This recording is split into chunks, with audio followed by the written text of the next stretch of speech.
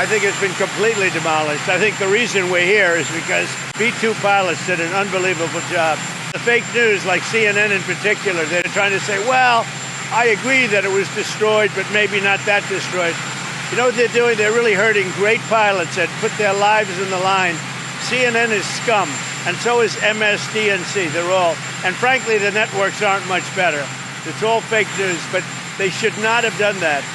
Those pilots hit their targets. Those targets were obliterated, and the pilots should be given credit.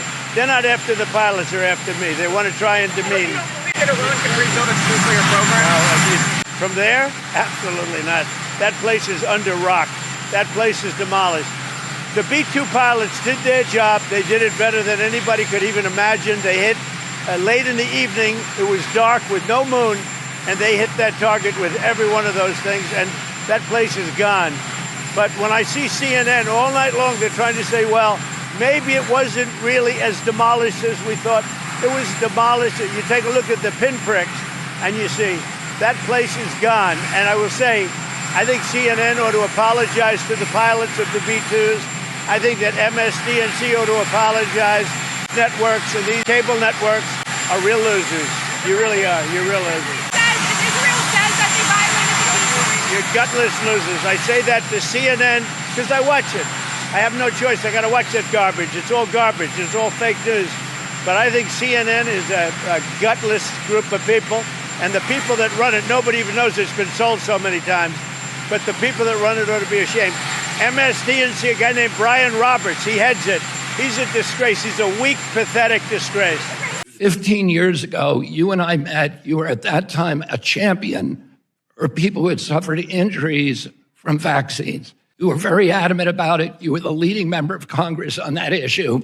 Since then, you've accepted $2 million from pharmaceutical companies in contribution, more than any other member of this committee. Your enthusiasm for supporting the old ACIP committee, which was completely rife and pervasive with pharmaceutical conflicts, seems to be an outcome of those contributions. Point of order. Mr. Chairman, Thank you. point of order.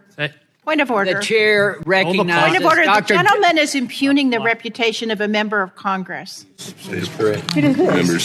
Pallone. Stop the clock for a second. Can you state the point of order? Yeah.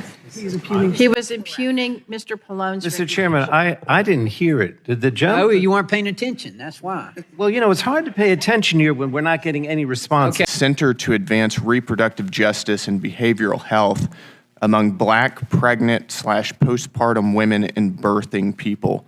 Do you think that that makes Americans' lives easier and more secure? I think that medical and scientific research of all types. Do you think that that constitutes critical research? According to your testimony, NIH grants are critical research. I think that government research of all types in the medical, including birthing people.